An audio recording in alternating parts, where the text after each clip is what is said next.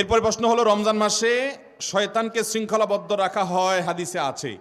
প্রশ্ন হলো, তাহলে মানুষ কিভাবে খারাপ কাজ করে? খুব দরকারি প্রশ্ন। আল্লাহ তাআলা রমজান মাসে শয়তানকে শৃঙ্খলায় আবদ্ধ করে রাখে, হাদিসে আসছে।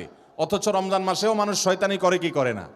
তো শয়তান যদি আটক থাকে, মানুষ আবার শয়তানি কেমনে করে? এ হলো প্রশ্ন। এই প্রশ্নের উত্তর হলো, ভাই, শয়তানের কারণেই শুধু খারাপ কাজ মানুষ করে, ব্যাপারটা সেরকম না। আল্লাহ তাআলা কোরআনে কারিমে বলেছেন সূরা ইউসুফের মধ্যে, ইন্নান নাফসা লাআম্মারাতুম বিসসু, নিশ্চয় মানুষের ভেতরে যে প্রবৃত্তি আছে, এই প্রবৃত্তি মানুষকে খারাপ কাজের দিকে নির্দেশ করে। অতএব শুধু শয়তানেই আপনাকে শয়তানি করতে বলে তা নয়, আপনার ভেতরকার মন বা প্রবৃত্তি যে আছে সেও আপনাকে খারাপের দিকে তাড়িত করে। আর দ্বিতীয়ত, একটা ফ্যানের সুইচ বন্ধ করার পরও কিছুক্ষণ ঘুরে শয়তান রমজানের আগে যে ডোজগুলা দিয়ে গেছে, ওই ডোজগুলা আরো কিছুদিন অ্যাক্টিভ থাকে।